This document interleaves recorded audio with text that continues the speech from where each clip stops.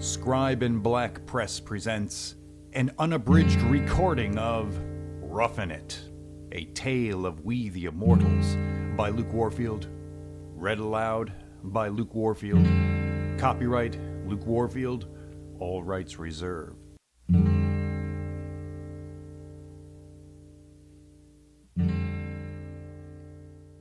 The onlookers gave another cheer, and the combatants started in on each other, moving oblique-wise like a pair of snow wolves competing for a carcass, hands raised, fingers hooked, teeth bared, and bellies half-starved.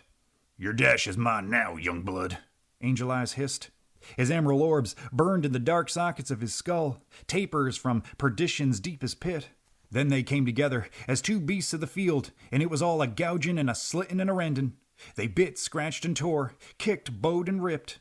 Grandy fought like a carcajou, and Angel Eyes like a wampus cat, devils twain, and every time one tried to get his hands on the other, that feller would slip through his fingers with a new trail of blood to sign his path. Grandy was a lot quicker and stronger than any of us had expected, and twice as fierce, and I suspect even Angel Eyes, a standard of caution, fell afoul of the same underestimations. Finally, Angel Eyes caught Grandy up by the face, and with both hands threw him clean across the road. There was a mighty loud snapping sound, and Grandy lay stunned for a spell, and Angel Eyes bore down on him with all his malicious bulk, grabbing the greenhorn's throat with one hand and digging for an eyeball with his thumb claw on the other. Grandy screamed and bucked and twisted, a wild hoss of a man, and Angel Eyes' nail must have caught him up under the nostril by accident, because when Grandy jerked away, blood sprayed forth all over his mouth and down his chin. If Grandy was an unbust bronc before, now he was a crazed hippopotamus, bedlam in human form, and he grabbed Angel Eyes like a squirrel clinging to a tree and scurried himself up towards the man's face. What happened next, I couldn't rightly see at first, but all I know is Angel Eyes let out a shout grave enough and harrowing enough to turn a body's blood into curds. Angel Eyes danced as a man on fire, fighting, wrenching, pushing, all his great weight marshaled against his opponent who refused to be dislodged but an inch. When it finally did happen, everything became clear and all the more horrible, as Greatness Grand flung to the ground, slathered in the blood of both men, and a good chunk of Angel Eyes' left ear between his teeth. The onlookers let out a shout when they saw this too, some in disgust, others feeding on the battle lust, calling for reprisals on the other side. "Get him, Tanner," they cried. "Tear his ears off! Gouge his eyes! Go for the eyes! His eyes! The eyes!" The smell of sweat and iron mingled in the haze, and suddenly it was as hot as perdition is cold. Something had shifted in the wind, like fate suddenly changed her mind about things. Or maybe she had revealed her true intent all along. I don't know. What I do know is something felt different. But whatever it was, Grandy seemed to pay it no mind, not the air or the people. And no time did he waste neither, for in that split second I saw the dismembered ear, in that brief moment where understanding took hold in my mind, the cannibal was back on his feet and on his opponent, driving his forehead right into Angel Eyes' nose. The two men fell in a heap, Grandy on top, and he sunk his teeth into Angel Eyes' cheek. Free hand pulling on the ear, he took a chunk out of seconds afore. Angel Eyes hit the earth screaming, and for a moment I almost thought I heard the man call quits. But maybe that was just my imagination at play, because no one else seemed to hear anything or say anything if they did. Leastwise Ern, the ump, who as far as I could tell hadn't looked away.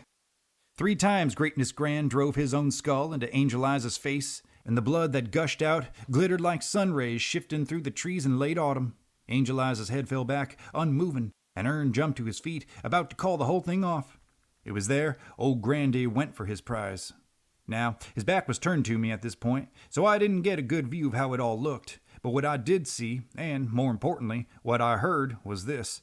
Grandy crouched over Angel Eyes' face and began working with his hands in a knitting kind of motion, and there was a squishy, squirmy, sucking sound, followed by a sudden pop, like when a feller puts his finger in his mouth, tightens his lips, then yanks it back out again quick. That's what it was like. And when Grandy stood back up and turned around, I saw, there, in his right hand, held up high for all to behold, a thing as clear and as true as the words on this page. A frog-green eye flashing in the sunlight, plucked plumb right out of the behemoth's skull. Ern called out, and finally, in a shake, the tumble was over. Young Greatness Grand had done it. He had defeated the greatly afeared Angel Eyes Tanner, and not a body looking on could believe it. If I'm being honest, this included me, for we all thought things was gon' go the other way around. Still, the silence was tastable in that moment, and no one did nothing, not a cheer nor a whisper, nor did they move an inch. Not even Angel Eyes' own second, who seemed to have forgotten how to breathe himself. We all stood there and looked on the sight of the man laying motionless in the street instead of the one who we all thought it was going to be. After a spell, Grandy seemed to lose his vinegar, seeing as how not so much as a congratulations was forthcoming. None of it seemed to matter, no matter how incredible a thing he done. And so Greatness Grand, eyeball in hand, turned sourly towards me, collected his possibles, mounted his mule, and rode back up the mountainside, as lone in the world as when he came down.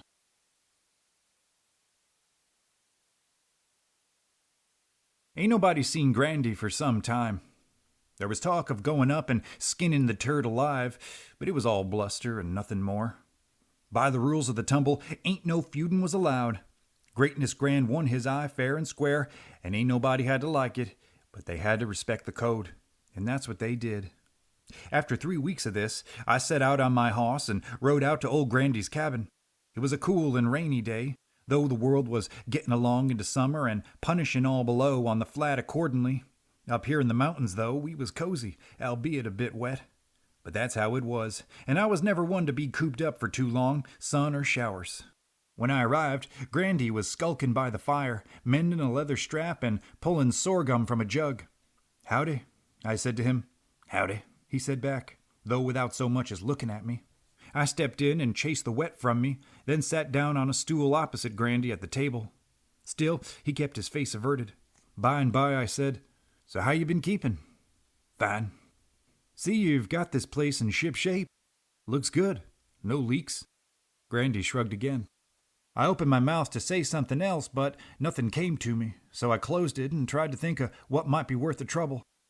Grandy was in a gloom like something fierce, and there warn't no pulling him out of it with mere words. I could see that plain as dash in the snow. Help myself to some of that gum? I nodded at the jug. Grandy pushed the jug over my way, again without turning his head, and I lifted it up with the crook of my elbow and had me a pull.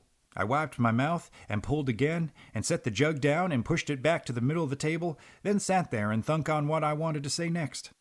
The rain was really coming down now, the roof a-drumming like we was under some kind of assault. 1,000,000 musket balls, water forged, pelting the shingles in a war against all that man hath made. Somewhere far off, a thunderclap rumbled, the battle cry of the earth itself. Grandy's fire crackled, the heat therefrom enough to singe a feller's nose hairs, and smells of wood smoke, of leather, and of whatever critter it was he had cooking in the pot, swirled in the air but never mingled. At any one moment you might catch yourself a sniff of one or the other, but never all three at the same time. "Ledge tells me Angel Eyes is up and about," I said, though I ain't reckon why. "They put him up at Jelly Cooper's, but it was Mrs. Cooper that nursed him back to health. Wall, so Ledge says." Still, Grandy said nothing back to me, but he did pause from his work and look up finally. His profile was thoughtful-like he wanted to speak, but was counting the words, searching for the precise, most efficient number so that ain't nothing wasted. "It ain't make no difference," he said at last, and, for the first time since I dropped in, turned to look me in the eye. That's when I saw all the duel had done to him. Grandy's face was as raw as a skinned beaver, and his nose was sewed up and similarly swole. Claw lines streaked down his cheek, his neck, crossed his chest. In truth, if I ain't knowed any better, I'd have thunk the man was attacked by a golden she-bear in defense of her cubs. I tried not to stare, but I couldn't help it. Grandy didn't seem to mind none, though, for he ain't said nothing about it, nor turned away. He just kept on talking like he were alone, turning matters over and over in his mind out loud. "Fair and square, and it ain't made no difference at all. If anything, they just hated me worse." "I know," I heard myself say, and finally I was able to tear away from the sight of them scars. I took another pull from the gum jar to aid the effort. "Why?" "Well, I think for one, Angel Eyes ain't want no trouble with ye, but ye wanted trouble with him. He humiliated me countless times. All them boys did. They ragged on me, treated me like a dog, even after I proved this land up smart." "Everyone takes their licks. I get it from 'em all the time as well. But I ain't think nothing of it. It ain't mean nothing at all. It's just how things is. A rite of passage, meant to harden ye, to help ye in the end. You take it and prove you can take it, and you pass it on to the next feller that comes up after ye. The mountain life ain't no place for poltroons and dandies." But Grandy went on like he ain't even heard me. "When I beat him," he said, By the code, when I plucked out that eye and held it up for all to see, all I saw was contempt staring back at me. Ain't one said good job, ain't one said nothing. I thought you wanted to be left alone, I said, feeling somewhat perturbed suddenly. Well, you got that. Ain't nobody gonna mess with you no more. You took down Angel Eyes Tanner, and by the code. A great thing. You're a great man now, like your namesake. But admiration, that be a different thing entirely. You earn it by doing right, by being a good man. Great and good ain't the same, just like respect and fear ain't the same. Grandy seemed to take what I said into account, and for the first time nodded. Then, he said, leaning back, I know what I need to do. What's that? I said, but he only smiled at me and said no more of it. The storm was gone by morning. The ground was muddy and hungry, but Grandy was determined to head into town and do whatever it was he had in mind regardless. He asked me to come with him, and foolishly I said I would. So, like the day this whole fiasco began, we saddled up and rode into Salt Lick. The sky was bright and the air cool, with sweet aromas of honeysuckle and magnolia strong in the nose and nourishing to the soul. I reckon I had no idea as to what Grandy was planning, nor what we was walking into in town, but I hoped whatever it was worked out for the feller and brought no trouble upon myself. I liked Grandy. He was always determined, tough, and ambitious, even if a bit peculiar at times. In many ways, I reckon I never properly understood Greatness Grand, especially his reasons for leaving a life of comfort for the toil of the mountains when he ain't had to. But that's something you can read about in that first-rate biography he's got going around. I can tell you, as someone who's knowed him personally, he mostly told the truth in there. Mostly. As for me, I'm about ready to get this tale sewed up. Writing a story is thirsty work, though in a different kind of way, and I find myself as parched as a man wandering a vast desert, praying for a puddle and a hoof print. And it's true. The journey to town was slow going on account of the mud, but when we arrived, the whole gang was at Ern's, evinced by the string of hosses hitched out front, devil among them. We dismounted our juments and hitched them likewise, then waded up to Ern's front door, careful in keeping to the boards laid down so as not to get stuck in the mud. I looked at Grandy, and he at me, and he nodded, and we wiped off our moccasins and walked inside. Like last time, or the first time, the usual suspects were gathered around their table, having breakfast and talking and playing kings. The moment we stepped in, though, the room fell as silent as a dead cart, all eyes except the eye of the feller we come to see on us. Grandy wasted no time, walking over to the throng, and Ledge Ward threw down his cards and jumped to his feet. Now we ain't want no trouble from ye boys, you hear? He said, holding up a hand. Just leave us alone. I ain't here to make trouble, Grandy said. I'm here to make things right. At this, all the men, again all except our man, looked at Grandy with puzzled if not dubious expressions. Grandy was looking at Angel Eyes, but Angel Eyes was just sitting there, as rigid as a log, gazing deeply at his hand of cards like there was a portent hidden somewhere within the pictures. Listen, Angel Eyes. Angel Eyes turned, and for the first time showed off his patched eye hole. A rag had been tied over it, the one good green ball looking up at Grandy, burning like, no, trembling, dare I say it. The rest of his face was bit and clawed, and the ear from which Grandy took out a chunk was swolled up like a whole head of cabbage. Grandy stared at his handiwork, and his handiwork stared right back, and they ain't said nothing to each other for what felt like eternity in a bottle. Well, said Angel Eyes at length, I reckon I feel real bad about what happened, so I come down here to make a peace offering. I want ye to have one of my eyes in exchange for the one I took from ye. Everyone in the room was stunned when Grandy said this, most of all Angel Eyes, who sat there astonished like he ain't properly understood the language he was hearing. Dash, we was all aghast, glancing amongst each other like the dead had just raised up before us. And it's true. What? My eye, Grandy repeated. Take it. You serious, young blood? Mav Sexton said, mouth agape. Serious as death. More silence followed. Then, slowly, surely, Angel Eyes Tanner grinned and stood to his feet. As sure as dash, as sure as heaven, I watched Angel Eyes snatch out my friend's left eye, and, 70 as my witness, the man cried not a peep the entire time. That's the real way he lost it, which, like I said, he left out of his book. And it's true. It's also how Mr. Greatness Grand won the respect of the people of Salt Lick.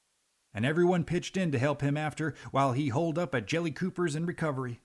Moreover, it's how he and Angel Eyes Tanner became the best of pards for the rest of his time in Nembryland. And it's true. Footnote. On the subject of truth. While Ignatius Holt's identity has yet to be confirmed, it should be noted that, at least according to Greatness Grand, the subject of this peculiar yarn, the man himself never lived in Dish County or any part of the Nembry Mountains.